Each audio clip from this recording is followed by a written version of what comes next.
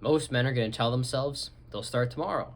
Think of like a New Year's resolution, or you deciding you'd want to start something on a weekend because supposedly you're free on weekends. But the truth is that tomorrow never comes, especially when you're alone, and especially when no one can see your effort, so laziness feels safe. Comfort becomes your enemy because there's no punishment for quitting and there's no reward for actually trying anything. And being alone results in no pressure because men collapse without the pressure as a result of their lack of internal structure. And if you're struggling to be disciplined when you're alone, the truth is, nothing's really wrong with you. You're just untrained. Howdy, my name is Nolan T. Painter. I'm an aspiring young man with aspirations greater than anyone will ever understand. And in today's video, I want to talk about why discipline feels impossible, especially when you're alone. And you've probably recognized quite easily that it's a bit of a different camera setup this time. That's because I'm using my phone rather than a professional camera. I'm too poor to afford a real camera. And, the school-based equipment, technologies resources center decided to, screw Nolan and give me the middle finger. And I'm not allowed to book equipment as frequently, which sucks because I'm now basically going to get screwed over in two of my major classes in university as a result of that, because I can't book cameras to do the shoots necessary to provide my work in progress stuff for them. So, fuck me, I guess. I'll just fucking kill myself because now I'm screwed over in school now as a result of that, and I can't even make these videos, with a good quality setup. I got my phone standing on top of a water bottle with my wallet behind it, so that way it stands up straight. But anyways, let's get to the real reason why you're here, which is discipline. So, first off, the real reason discipline dies is in your isolation. So men are built for responsibility and pressure. We're built to do things. But if you're alone, there's no demand to rise. There's no demand to do something. And when you're alone, nobody checks if you lie. Nobody's keeping you accountable. Nobody sees if you skip, and no one really checks to make sure you're doing the right thing. And as a result of that, it's a lot harder to make sure you yourself are accountable rather than having someone else go above and beyond to reassure that. And your brain defaults to dopamine rather than discipline because we fall to our primal desires rather than actually succeeding in what we desire in life. And comfort replaces urgency. Instead of trying to complete the work you need to because you're under stress, you're just going to fall into your old habits and relapse, with lust or with scrolling, because all of a sudden you have this free time and you have no accountability. So you're just going to do the things you shouldn't necessarily be doing. And without duty, discipline feels unnecessary. It feels like you don't even need to work because you have nothing to do. So when you remove responsibility, the masculine instinct starts to phase, right? And what happens is your desire to actually do the right things disappears because you're not presented with an opportunity to do the right things. Now, in a relationship, however, a good woman doesn't give you discipline, but she reveals how undisciplined you were. And that's through the accountability of it. And that's what makes her such a good supporter. And if you wait for a relationship to fix you, then what's going to happen is you're actually going to lose her and your discipline at the same time. Because a relationship's not necessarily going to fix you, it's just going to reveal all your flaws. So you should be a good man to overcome all of his flaws prior to getting into a legitimate relationship. Nonetheless, that's not saying I'm encouraging going into multiple relationships just for the sake of improving your life. That is absolutely not the case. You should just work hard to be a good man, have a beautiful relationship to marry this woman, and, throughout that relationship, work hard to improve yourself. Nonetheless, without structure, there's no standards. So when you're all alone, you create your own rules. And when men create their own rules, usually there's not that many, and usually they're pretty weak. So, you have no morning routine. Well, there you go. It's chaotic. You have no hard cutoffs where you're just going to be scrolling. You have no mission. Well, then you're going to be drifting everywhere, not knowing what to do. You have no standard. Well, all of a sudden there's no urgency to do things. And you can't stay disciplined without structure because the masculine mind needs direction. It's like a river, how a river needs a bank to keep forward. And a man without structure becomes a man without identity. So how can you become this really good man you so wish to become if, you can't even be him today? If you can't even take step zero, right? And a woman will feel that instantly, a man with no structure, no routine, no future, because she can easily identify them with her ability to discern what makes a good man. the best ability that a woman has is her discernment, which is the ability to see through manipulation or see through flaw or see through lies, to observe the truth. And the truth is, most men are not adequate in relationships, and most men need to put in more work than they believe they have to. And that all comes from this, which is being disciplined when you're alone. So, how does your environment really impact you? Because a lot of people don't consider this, but the truth is, your environment is a lot stronger than your willpower and so much stronger than you think. So, you can be motivated, but motivation is just going to die off in a weak environment. You know, your bedroom, your habits, your phone, your chair, even the lighting of your room, all of it triggers old patterns. All of it triggers you to do something. It triggers you to act in a certain way without you even realizing it. It's just subconsciously how we work. And addiction in these environments is going to thrive because when you're lonely, there's nothing interrupting you from falling back into your addictions. There's nothing pulling you away other than your ability to just start work. But starting work is hard, and falling back into addictions is easy. So you return to what feels familiar, not what feels right. So you have to be careful in building your environment. You need to build something that is gentle, so if you fall, it'll support you in such a way that you're able to focus on everything else, and you will naturally rise up to where you just previously were. And that environment also needs to encourage you to do a lot of work. It needs to be demanding, it needs to be urgent. I'm very thankful for being out here super far away from everyone doing this school, because as much as I hate the current situation I'm in, it's a good environment that forces me to do a lot of work.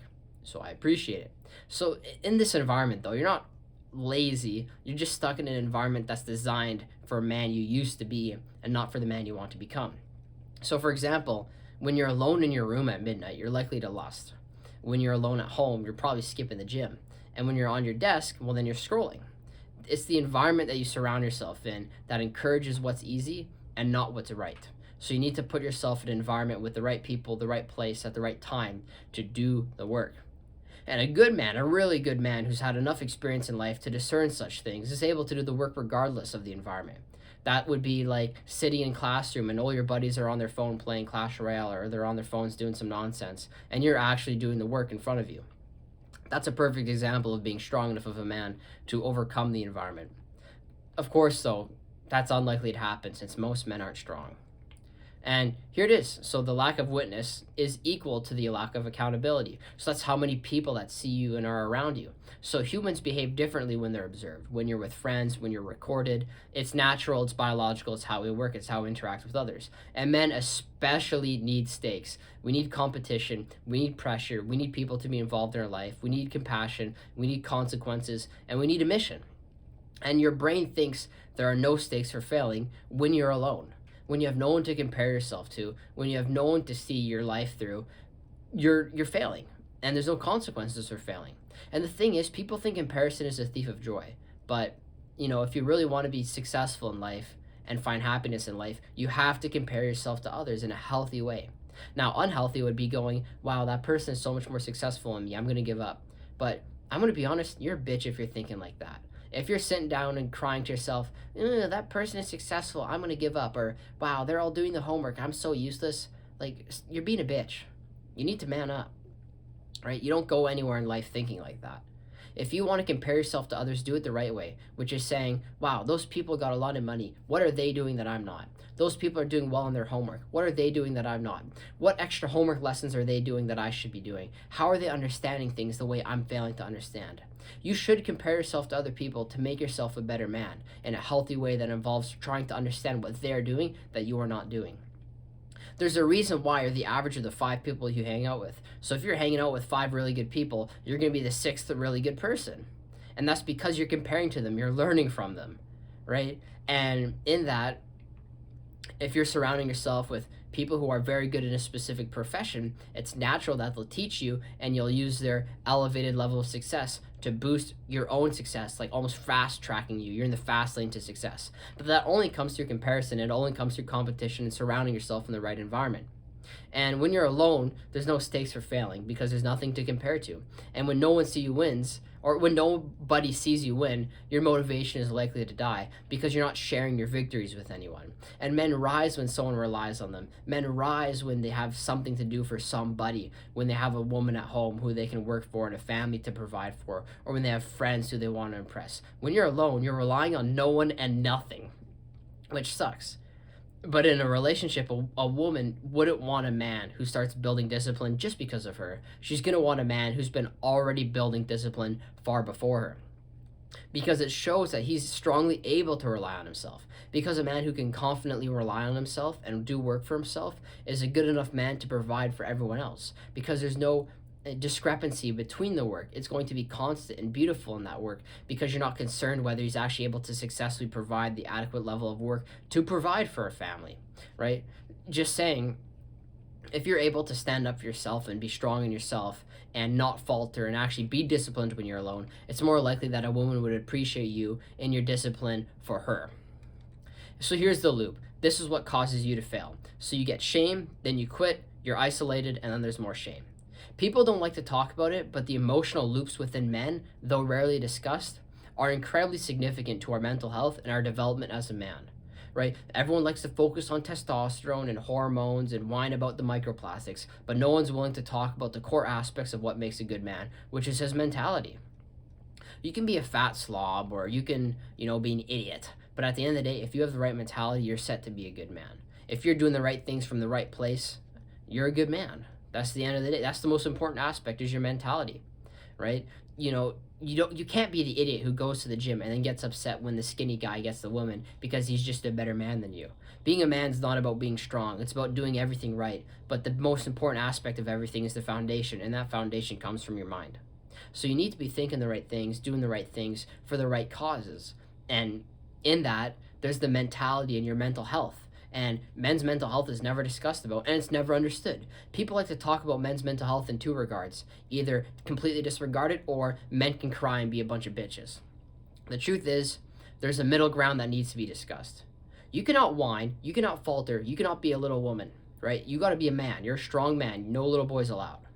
But you can't disregard your mental health. You need to actually acknowledge the way you feel. You need to be healthy with the way you feel, and you need to be almost compromising the way you feel to help others. So what I mean by this is, if you are incredibly frustrated, you need to humble yourself and take care of the problem, and then find a healthy time to discuss it. If you're incredibly happy and eager, you need to be careful with your eagerness so you do not overstep and cross a boundary, like in a relationship. And in this, you'll reflect on your feelings and become a better man. And in that reflection, in becoming a better man, you will be appreciated more, which would actually benefit you. Otherwise, when you're alone, you don't get none of that. But in this reflection, in becoming better, you'll find times to discuss these things. So, you're actually acknowledging and finding good times to be vulnerable as a man. That doesn't mean talking about your feelings at a really bad time or at a really good time. You never want to ruin the moment by providing good or bad news, and you never want to ruin a bad moment or make it even worse by also providing bad news, right? Point is, don't make good moments bad and don't make bad moments worse. Find a new dedicated point to have a healthy discussion with someone about your health. And that's necessary as a man. Needless to say, though, men fail when they're private. Men fail and get embarrassed about it and then hide even more. And hiding kills discipline, because shame destroys your momentum, and shame convinces you that you're different or broken, but you're just the same man as everyone else who's not, looking at it the right way he should. And shame leads you to emotional eating or lust or distraction, right? And then shame leads you to fail, because you're so shamed, you're failing. Now, shame is incredibly important. Don't get me wrong. Shame is necessary to grow this motivation to want to do the right things. Because you're shameful, you want to do the right things. It's necessary. But when your shame leads you to just give up, that's unnecessary. It's not the right thing. And isolation is not the cause of your lack of discipline, but isolation is the symptom of quitting. And a man who hides cannot grow. So what does make discipline possible? Well, what does make it accessible? Well, here's 6 simple steps to make discipline possible. Well, first of all, you got to build a non-negotiable micro rule, or actually plural, micro rules. So one small act, you got to make your bed made, or you got to drink some water, or you got to stretch. Simple as that. I read my Bible, and I read a book, and I do some stretches and kickboxing, editing, and of course, whatever I gotta do during the day, but I just do a couple of those little minor activities before going to bed, or I'll do some stuff before I get up, or I jog to the gym as opposed to just walking, and those little things build me to be a bit stronger. And you need rules, because rules build upon your identity, which builds your discipline, right? If you have rules saying you can't do this, or you're strict with yourself and you have a spine with yourself and you really keep yourself accountable, you're building yourself into the man, this identity that you want to become, and that man will be disciplined. So second of all, you got to anchor yourself within, a couple days of hard moments. So you need moments that increase your ability to do things. I know that was horribly explained, but what I'm trying to say is the more challenge you face and the more challenge you overcome through facing it, the better man you'll be. Because the man who went through horrible things will be so much more equipped for a variety of situations than a man who's been sheltered. So you need like getting up early in the morning, having something difficult in the morning, or at nighttime you need like a challenge to face, right? These shape your hours, these shape your day. So this could be doing like an assignment, or getting up and going for a run, or going to the gym. You need something in your day or in your week that is like a challenge. For me, my challenge is somehow completing these photography projects and doing some work without a camera. Like how do I do that? So I guess I got to get my phone and figure out a way to fix the challenge, and then work. Well, in fact, I'm already working overtime right now, but I got to work overtime to somehow get it done. I just got to get it done. That's my challenge. But that will build me, because now after this, I will never able to be stressed about anything ever again, because holy crap, I got this very difficult thing done. Everything else is easy, right? Or in a relationship, I'm having a lot of stress about a relationship right now. But come to the future, when that point is reached and when things are healthy, I'll be able to be way more confident with my abilities in the future. And of course, you need ritual and not just motivation. Motivation can die off and it can lead to discipline, but oftentimes it doesn't. So you need rituals. You need things that are done daily, that train your nervous system, train your body to do the right things. Getting up early, being constant, never faltering. The perfect man is a man who's always trying, so you always got to be trying, even a little bit. And ritual will replace your willpower. Those are your habits. That's atomic habits. It's essential to your life, because you're going to go from someone who's constantly trying to do something to something that is built into your life, something that feels natural. When you're sitting down and you're watching YouTube when you eat food, you're not trying to do that. It just feels natural. But if you can change that with reading a book before going to bed, or going to the gym early in the morning, you're not pushing yourself to do it. It's just a part of your life. It's normal. Wouldn't it be awesome if all the things that made you the perfect man were just normal in your life? For example, I started going to the gym. It was difficult. Then I made it the first thing I do in the day. Before every bit of class, I'd get up at 6:30 in the morning and I'd go to the gym. It became natural. I did it every day. Then I went home. I got my schedule mixed up. I kept on going to the gym, but not at the right times. And now I have to push myself to go to the gym, because it's not a ritual anymore. So of course, in this, number 4, you need to remove temptation instead of fighting it. So you got to delete the battlefield, not the enemy. You don't win against lust in a dark room with a phone. You win against lust before the moment even arises. Because lust is not something you fight. It's not a battle. It's something you have to run from. When people say they're battling lust, I got to stop them there and say, no, you're wrong. You run from it.